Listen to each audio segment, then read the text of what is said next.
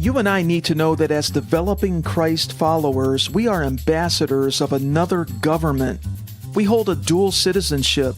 We're citizens of the nation in which we reside, but more importantly, we're also citizens of another government, and we have access to wisdom, competence, authority, and resources from a higher plane.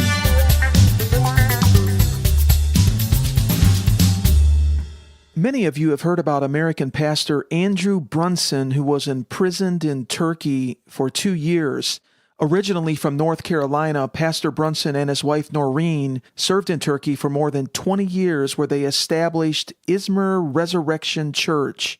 They openly shared Christ and also helped Syrian refugees, some of them Kurds. Back in 2016, there was a failed coup attempt against the president of Turkey, and in the crackdown which ensued, Pastor Brunson was swept up and falsely accused of being a CIA agent and plotting with Kurdish terrorists. He was arrested 3 months later in October of 2016 after the coup attempt and was facing up to 35 years in prison if convicted of espionage. He spent 2 years in prison, some of it in solitary confinement, very harsh conditions. But this is a story of sustained prayer in America and around the world. It's about the quest to fight for religious freedom in America and internationally, being salt and light in government, international relations, media, and more. And as a Christ follower, how you are actually an ambassador of another government. You have dual citizenship. I don't know if you know this. You're a citizen of the country in which you live, but you're now also a citizen of the kingdom of God, and you have access to wisdom, to competence, authority, and resources. Welcome, friend, to episode 37 of Jesus Smart, the podcast. The horizon we're questing after is that Jesus knows how life works best now, and the future not only belongs to him. Here's the mind-bending news. It's showing up in the present. Travis Weber is an attorney who serves on the leadership team of FRC, the Family Research Council. Along with Tony Perkins, president of FRC, Travis was in the courtroom on the day the American Pastor was released in October of 2018. And 24 hours later, Pastor Andrew Brunson was kneeling in the Oval Office of the White House, his hand on President Trump's shoulder, praying for the president. This is a true life story on an international stage. It's also something of a parable of the power of prayer, the quest for justice, and the opportunity we have to engage the political space and even international relations with the salt and light of the King of Kings, Jesus Christ.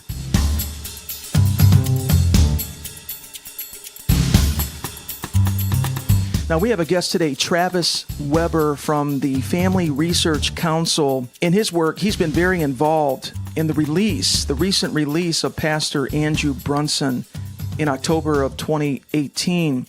There was a lot of sustained prayer in America and around the world, and there was this quest for religious freedom coming out of America and also internationally, and there's just a real emphasis upon being salt and light, even in international relations and government and public policy. So I'm going to ask a question of Travis. Is it true that he and Tony Perkins, the FRC president, Family Research Council president, was sent by a federal agency to help bring this pastor home? But before that, let me just give you a bit of a bio about Travis. I'm going to take just a moment with this because I just want you to get the context of today's guest. He's an attorney who serves on the leadership team of Family Research Council, President Tony Perkins. What does the Family Research Council do? Well, its vision is to create a culture in which all human life is valued, families flourish, religious liberty thrives. They work on issues of faith, family, and freedom and public policy from a Christian worldview. Travis serves as vice president for policy at the Family Research Council. He's responsible for the development of public policy from a Christian worldview. He also advises legal developments with FRC, and he's currently focused on FRC's international religious freedom advocacy efforts. He's an attorney. He's practiced law in the areas of civil rights, criminal defense, military law. He holds a JD, a Juris Doctor from Regent University School of Law. He's also graduated with an LLM, a Master of Laws in International Law, and he also holds a certificate in International Human Rights Law from Georgetown University Law Center. Prior to his education, Travis served as a Navy pilot after graduating from the U.S. Naval Academy. And he was captain of the intercollegiate sailing team and a two-time college sailing All-American. How was that? How was that sailing team experience, Travis? Well, that was quite a lot of fun back at the Naval Academy, which was a great experience itself, being able to serve the country, serve in the Navy.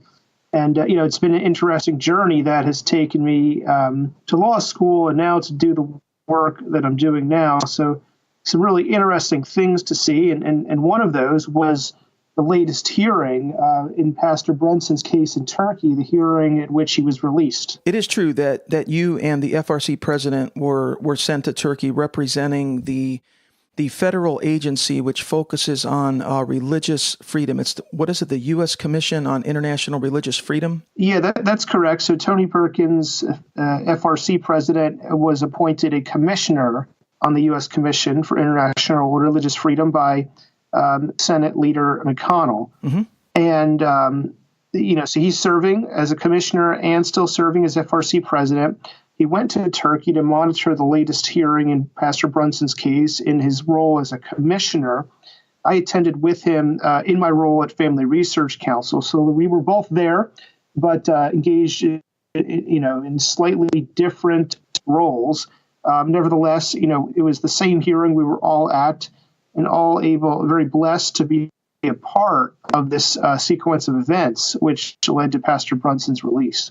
Yeah. Now, just to establish some context, what are your thoughts about what's happening in Turkey? I believe Turkey is a member of NATO. My understanding is that Turkey in recent years was becoming a little bit more westernized. It seems like there's been a turn in recent years there.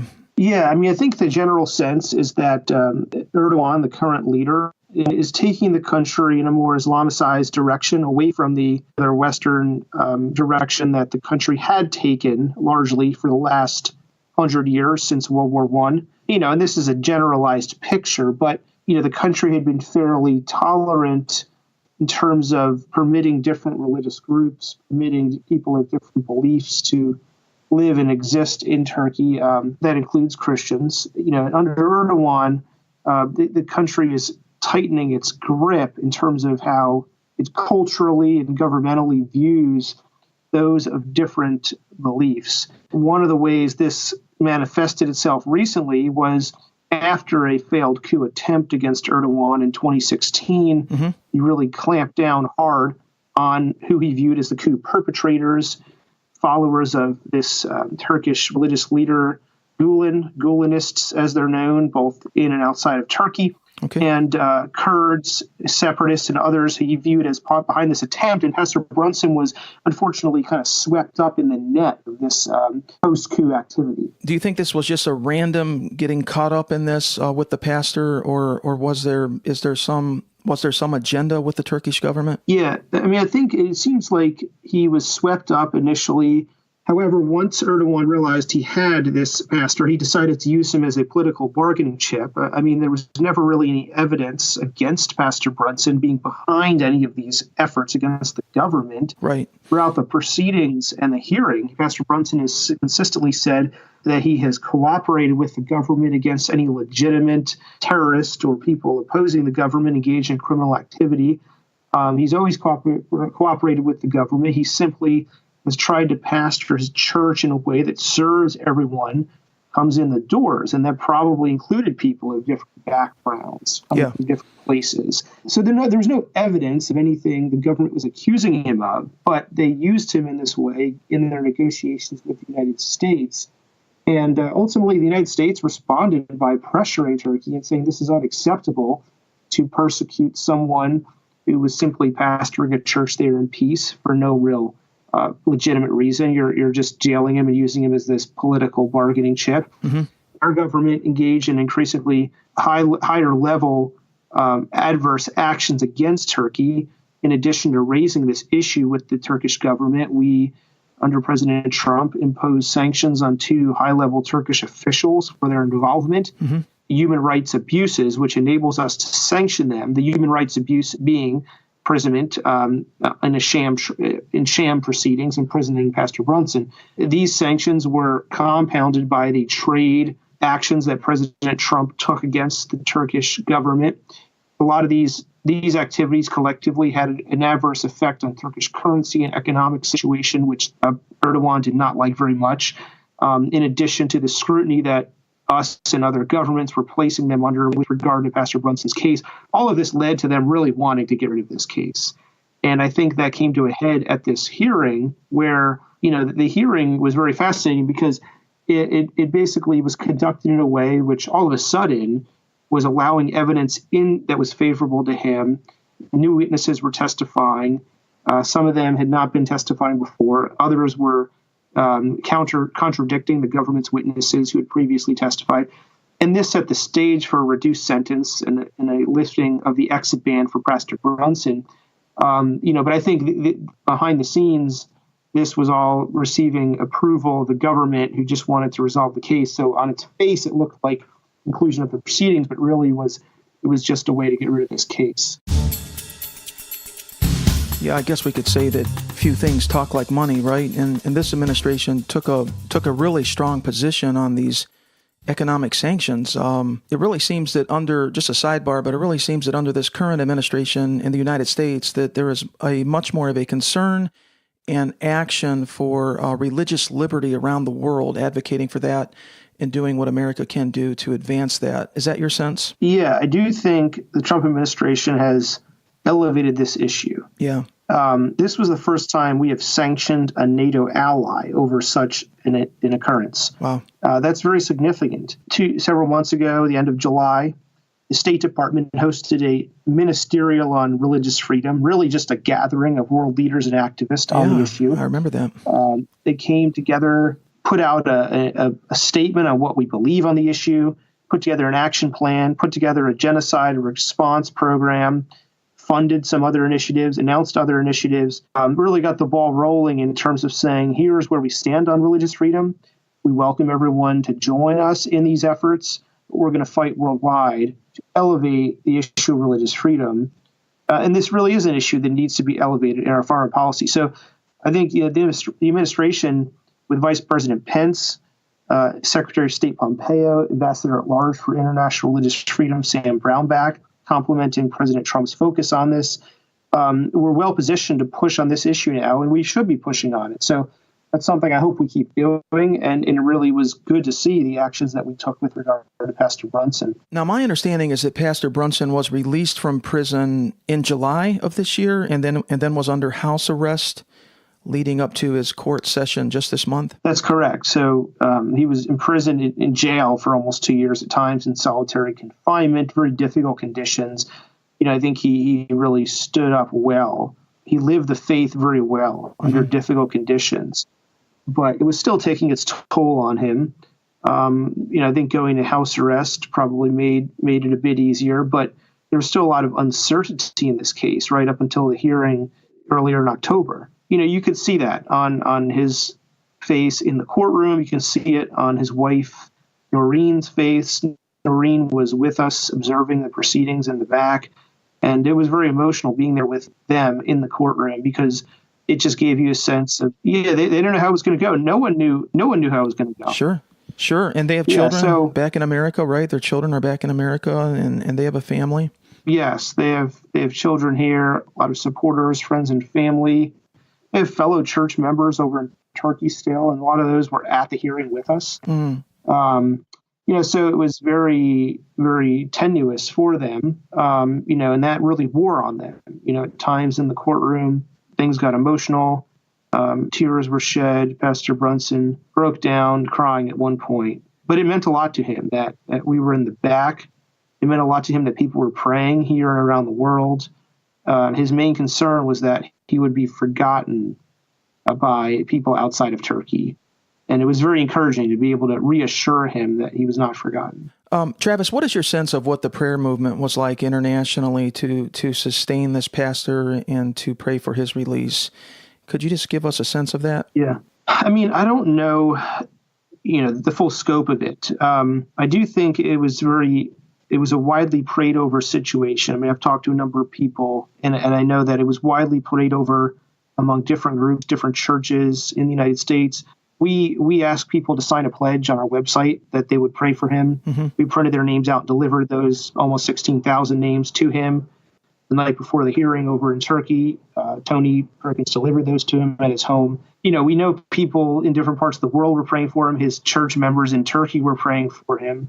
It really was very widespread. And I think the fascinating thing about the prayer aspect of this whole situation is the way it worked out even after he was released. He's released, comes to the White House to meet President Trump, prays for President Trump, laying hands on him on national TV with all the press there, and they're reporting on his prayer, his prayer of seeking the Lord, pointing to the Lord for President Trump, praying for President Trump. And that was really a testimony to the fact that we all need God and pointing people's eyes toward God. And that's really what Pastor Brunson has done throughout this whole thing, this whole situation. Yeah.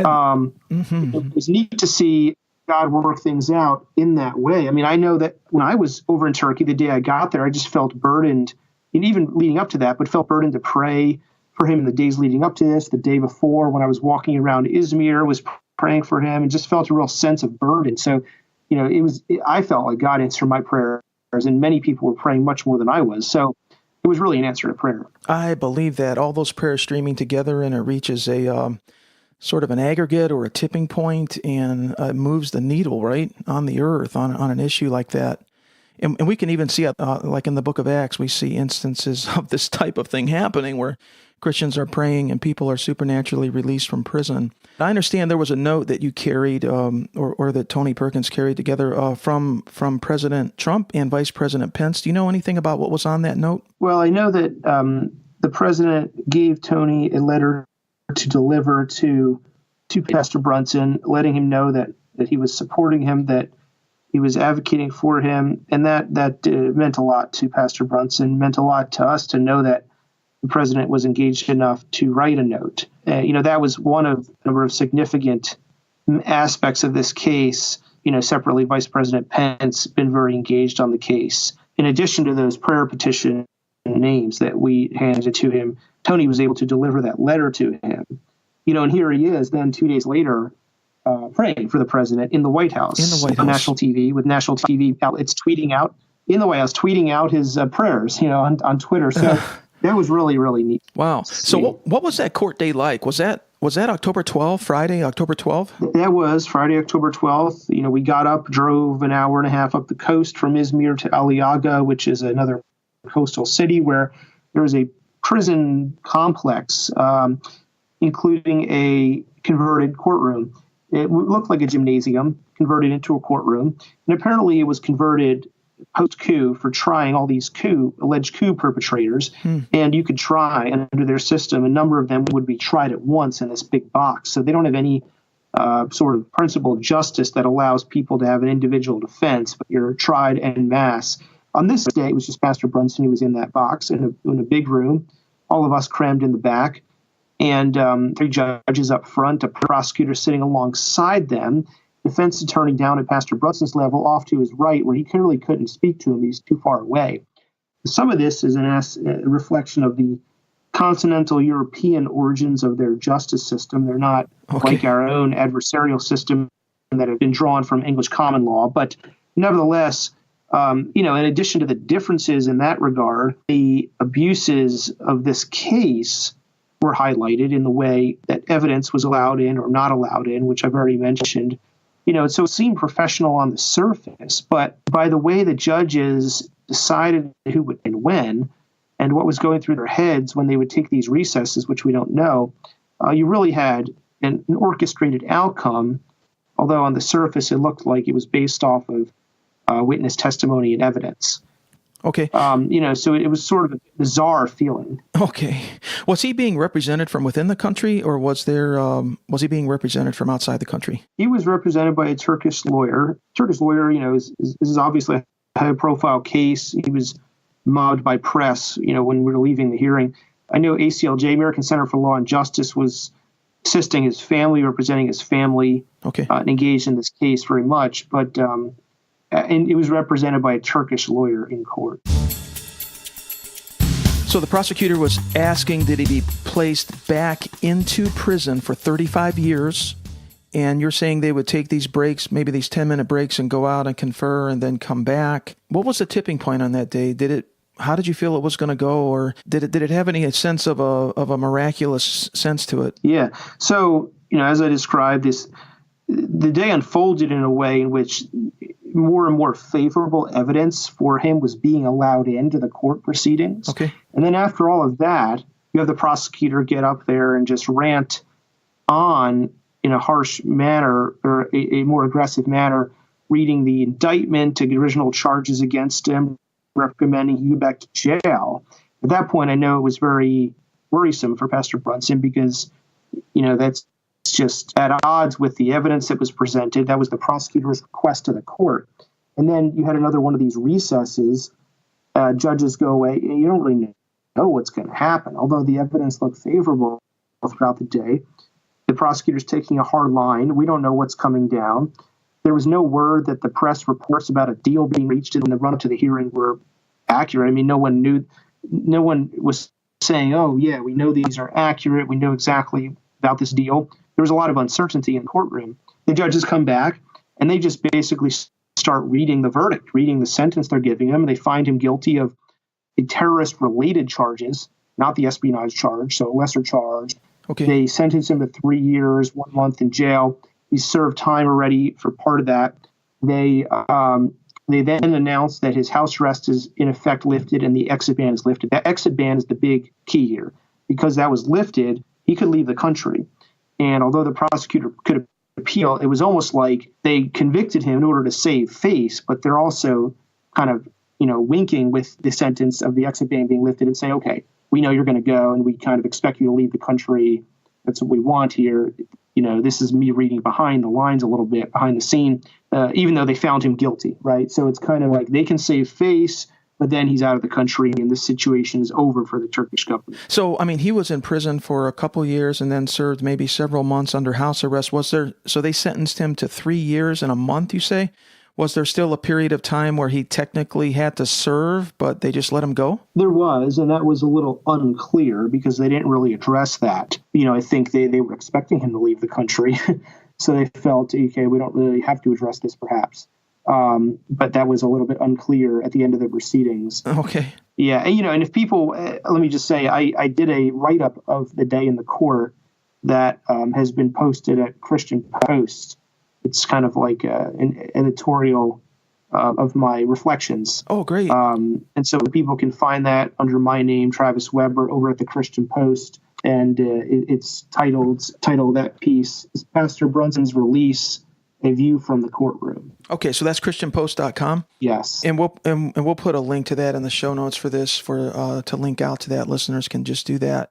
So he went then, within 24 hours, he was kneeling in the Oval Office praying for President Trump, his hand on his shoulder. This is, as you say, going out through the media and Twitter. And I read where this is part of what he prayed. I asked God that you give him strength. I ask that you protect him, make him a great blessing to this country, and fill him with your wisdom and strength. It's really an amazing story. Was there a plane on standby, and then you came through Germany and then back to the States? Well, so nobody knew what the outcome was going to be. When the outcome was announced, there was decisions that were made in order to try to get him out of the country as soon as possible. And as the verdict comes down, State Department is scrambling, figuring out what to do. Tony Perkins is in touch with them.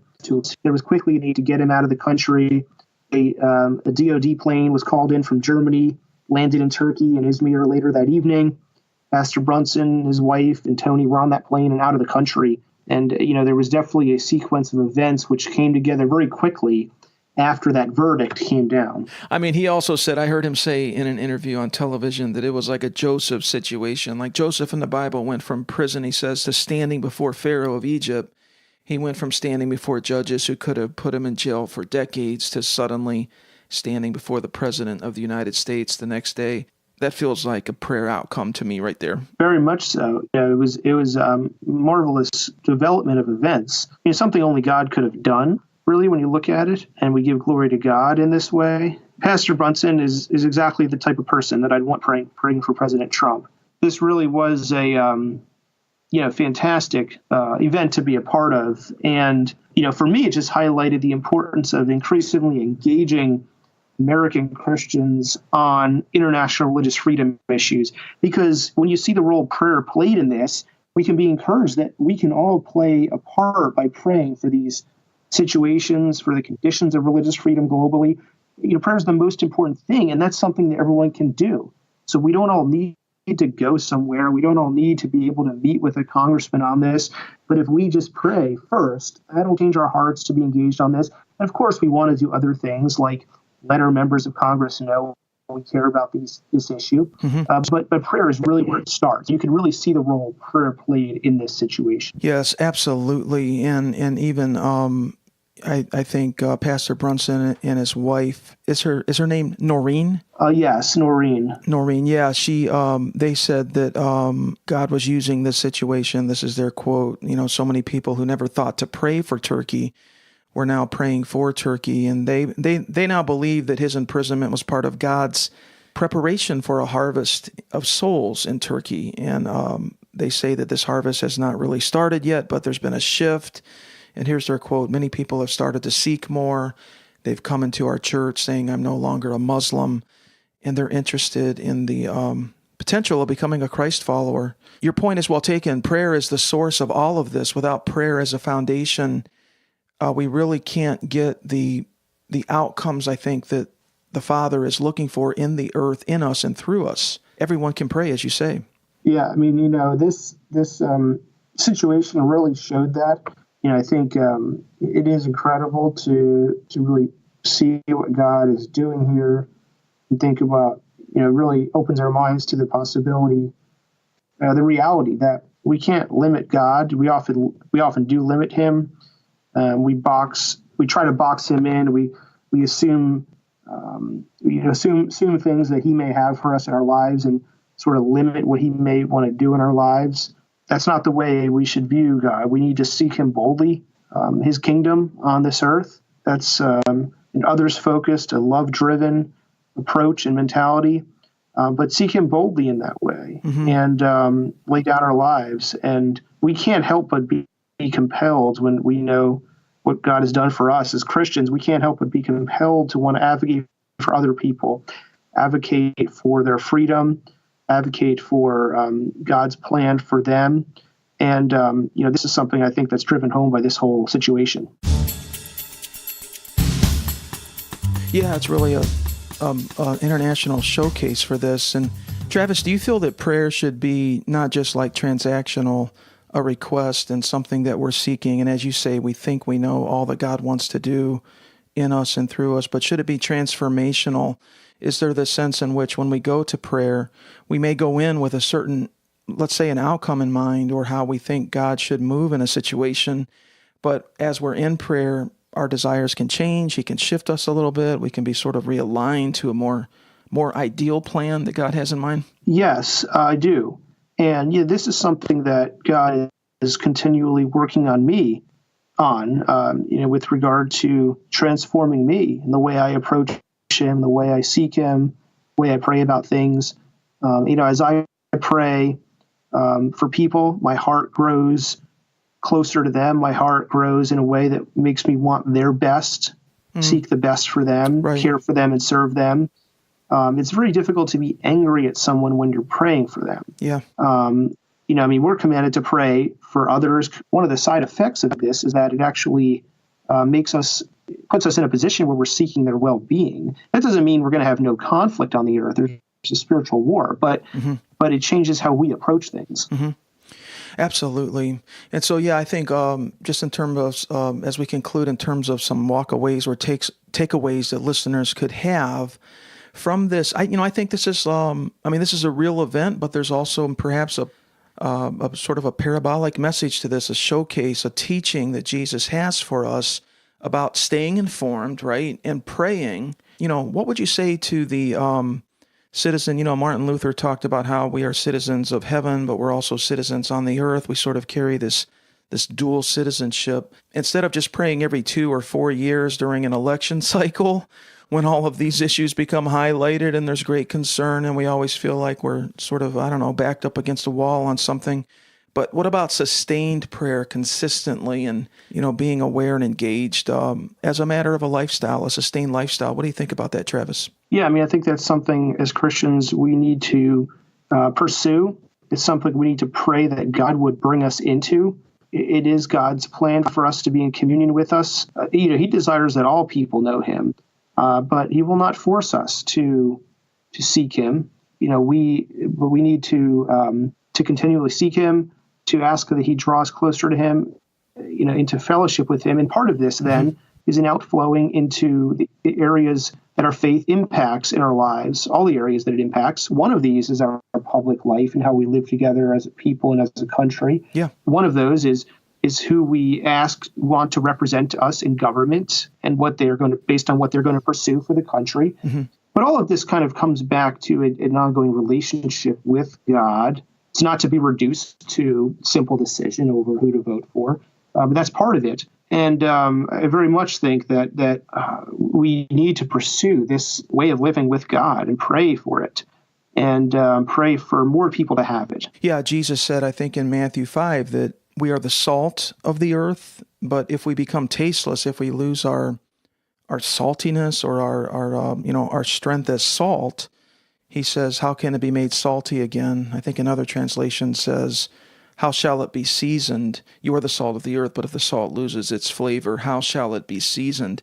Travis, what are your thoughts about just this sense in which we need to season spaces and places, not just government and public policy, but maybe like the realms of education or arts and entertainment and other spaces of influence? Do you have any thoughts on that? Well, I think, we need to be communing more with God, be praying and growing in relationship with him, be praying for those who have different roles in society, even our enemies, and praying that goodness and justice would be applied in those areas. Mm-hmm. And those, you mentioned some of the specific ones, but there are many areas, and we need to pray for people in all of those areas. Yeah, absolutely. And salt and light, we're a city set on a hill which cannot be hidden. Now, just as we close, Travis, what would you say to those who just want to be more involved in the area of government?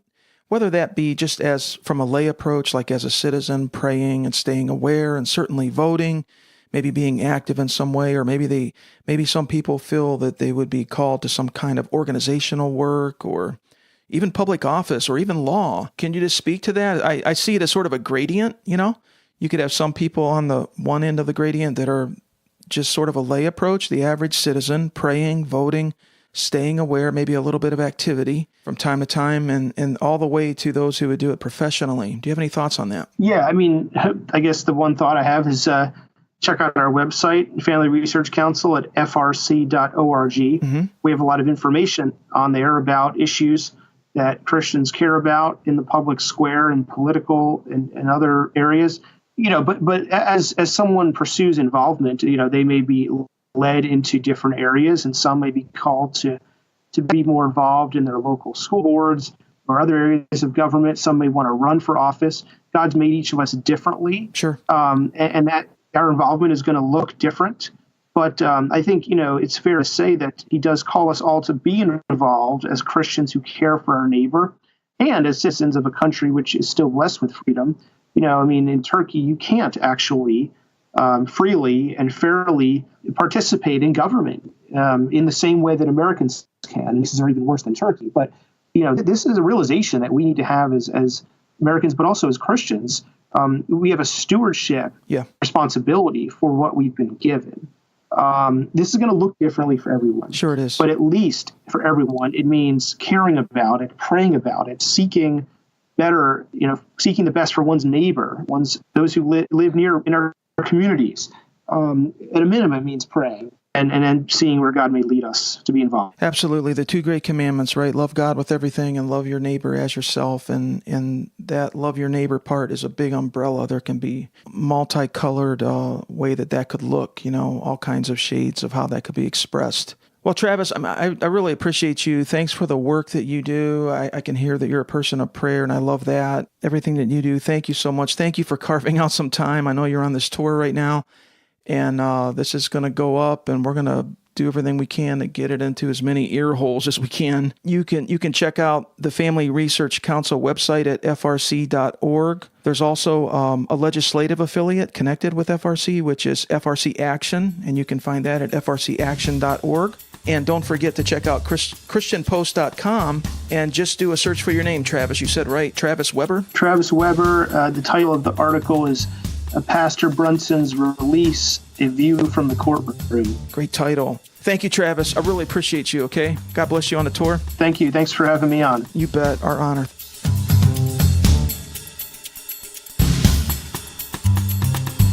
Edmund Burke was a political theorist and philosopher who served as a member of the British Parliament between 1766 and 1794 in the House of Commons. His famous statement is, "The only thing necessary for evil to triumph is for good men to do nothing." As a developing Christ follower, some top-level quests we can engage in are to develop in prayer. Prayer has limitless potential, and to develop in our identity in Christ and our kingdom agency. We have kingdom agency. We can operate with the dynamics of Jesus Christ world, his kingdom. Visit the Family Research Council website at frc.org. Also, you can visit FRC Action, the legislative arm of FRC, at frcaction.org. Thanks, friend, for rating, reviewing, and following this podcast, iTunes, and other major podcast apps, also Spotify and YouTube. It helps others discover the content to see if it's a good fit. Plus, you stay connected. Here's an idea. Grab a screenshot of this episode and share it on social media. You can tag it maybe with Pastor Andrew Brunson or Turkey or FRC or Family Research Council or Religious Freedom. Or you can just share it directly from your favorite listening app. Visit JesusSmart.com to see the show notes page for this episode. You'll find links there, more information. There's a player there. You can stream it or download it. You can leave thoughts and questions there. There's a contact page. As always, with Jesus, our horizon is brilliant. It's authoritative. Make it a smart week. All the best until next time.